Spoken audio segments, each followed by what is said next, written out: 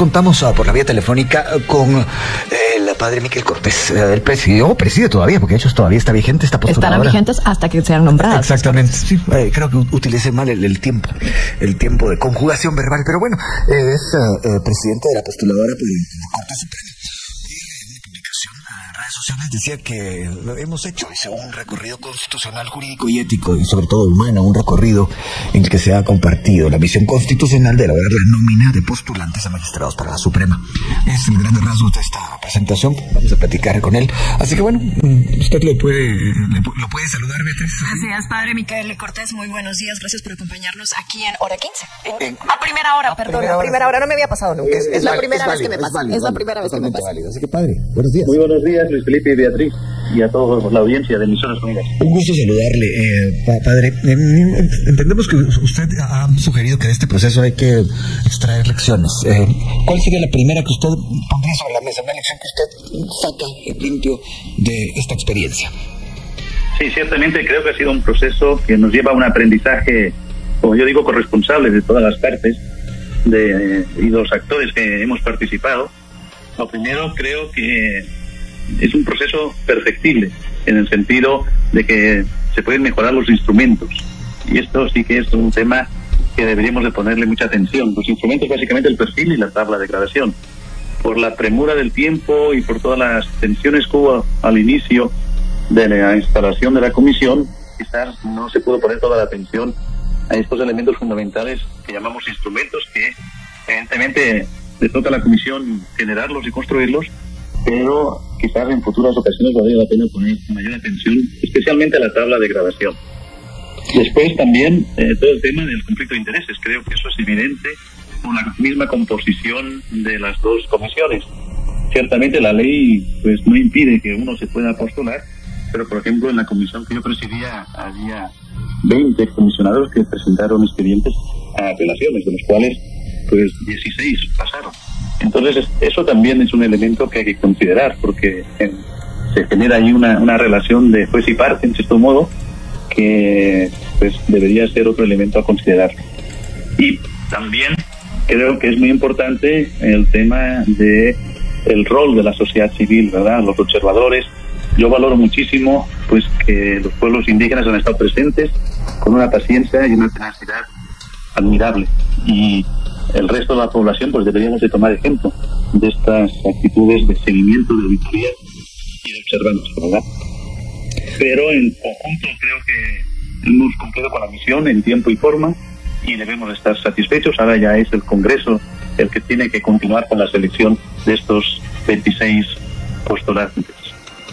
Padre Cortés, usted hizo referencia a esta tensión en la que se vivió en las primeras jornadas de trabajo de esta postuladora. Sin embargo, pareciera ser que esa tensión se disipa en un momento dado. ¿Cuál fue el detonante? ¿Qué fue lo que provocó que las cosas después empezaran a funcionar y funcionar de manera bastante coordinada?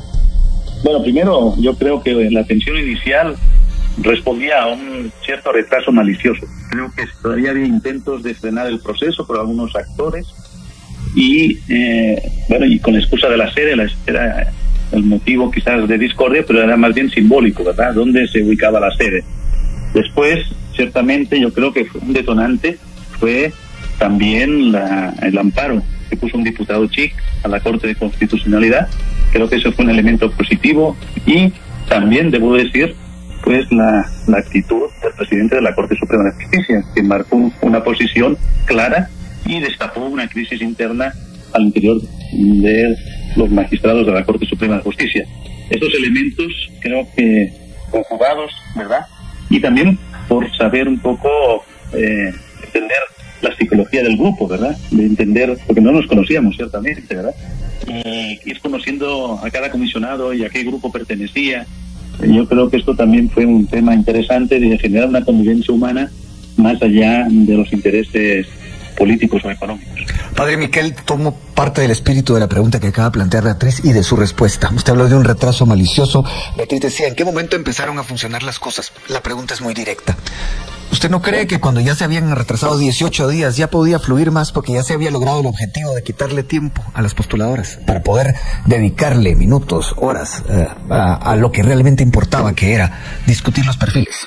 Exactamente. ese retraso inició con la no juramentación de 2 decanos, que ciertamente fue una excusa porque en otras ocasiones no ha sido un impedimento para instalar la comisión, pero fue al inicio y preferimos pues no violentar esa situación, pero ahí perdimos 2 semanas, y después con la discusión de la sede, esto acortó los tiempos, y al acortar los tiempos, por ejemplo, tuvimos que sacrificar las entrevistas, que es un elemento también fundamental, especialmente las entrevistas de ya la lista primera depurada, para entrar en mayores detalles de las candidaturas. Eso no se puede hacer, es un elemento fundamental también en los procesos de selección. En cualquier empresa o corporación tienen procesos de entrevista para conocer al personal. Nosotros no lo pudimos hacer, nos tuvimos que fijar en los expedientes, ¿verdad?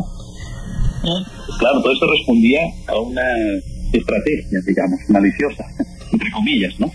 Pero la fuimos superando en la medida de lo posible, y yo creo que logramos el objetivo, que era presentar una lista de 26 candidatos al Congreso. Padre Miquel, ayer el doctor Raúl Arévalo, quien presidió la comisión de postulación para las cámaras de apelaciones, dijo que él quisiera llevar ante el foro de rectores el caso de estos doctorados que se acreditan con una apostilla del Ministerio de Relaciones Exteriores y que de alguna manera parecieran ser doctorados express. ¿Cómo ve usted esto que ha sacado a luz el doctor Arévalo de llevarlo al foro de rectores? Sí, totalmente de acuerdo con el doctor Raúl Arévalo, ¿verdad? Pero también consideremos que el foro de rectores no tiene ninguna potestad. Es un foro, digamos, de convivencia académica de las universidades. El que tiene potestad es el Consejo Superior de Enseñanza Privada. Entonces, y ese también está pues controlado por ciertos actores, ¿verdad? Entonces, como le digo, el foro de rectores es una instancia que tiene poca capacidad de incidencia, ¿verdad? Pero sí deberíamos de considerarlo, porque algunos de esos títulos incluso no eran nacionales, eran de universidades extranjeras que no sabemos qué capacidad académica y de garantías, ¿verdad?, tienen, pero tampoco eso ha sido un elemento, creo, que haya decantado algunos perfiles. No creo que ese ha sido además, fíjense que los méritos académicos eran, creo, 24 puntos. Aquí lo que pesaba más eran los méritos profesionales, y aquí estaba todo el tema de la carrera judicial, el tema de los abogados que entraban de la calle, como se decía coloquialmente. Yo creo que ese grueso en la tabla es el que marcó. Allí eran 59 puntos, creo. Entonces, y ahí es el tema de fondo, ¿verdad? Y después los aspectos de proyección urbana, mínimo. Fíjense que solo eran 2 puntos y eso era insignificante, porque usted con un recibo de donación a una entidad no lucrativa, pues ya tenía un punto, ¿verdad? Entonces, por eso digo que la tabla de gradación hay que estudiarla mejor. Nosotros hicimos una propuesta desde la universidad, una tabla que respondía a los estándares internacionales, está ahí en las actas, se hizo un video, se proyectó, pero no pudo ser negociada porque, como saben, ahí se necesitan 25 votos, ¿verdad?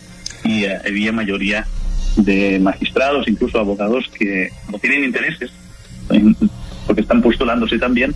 Pues claro, cuanto menos exigente sea la tabla, mejor, ¿verdad? Yo me iba a referir precisamente a la tabla de gradación. Usted la había mencionado de algún modo. Yo solo quisiera que ampliara un poco de qué contenía esa propuesta que ustedes plantearon para mejorar esta herramienta. Bueno, esa propuesta incluía elevar el tema académico, ¿verdad? Sobre todo tratándose que estábamos postulando candidatos a la Corte Suprema de Justicia, no era a secretarios de una oficina, ¿verdad? Con todo respeto. Era magistrados del alto organismo judicial, y ahí se merece pues gente que tenga una preparación académica de alto nivel, y lamentablemente pues no todos los casos ha sido como se ha visto. Pero también el tema de la experiencia humana fue muy insignificante y difícil de calificar. Y después en el tema de la experiencia profesional, como digo, allí hubo los intereses de este grupo que solo estuvieron 9 meses en las Cortes, y entonces requerían el tiempo de 1 año, 10 años, 5 años, un poco toda esa gradación de tiempo para asegurarse que pudieran participar. Y eso pues ahí tuvimos que ceder, si no teníamos los votos necesarios para aplicar una tabla de mayor exigencia. El padre Miquel Cortés, rector de la Universidad Rafael Andívar, y que preside la postuladora para la Suprema. Y Beatriz, creo que vale la pena que sigamos haciendo la evaluación de cómo vivió esto el padre Miquel y qué hay que aprender de este proceso.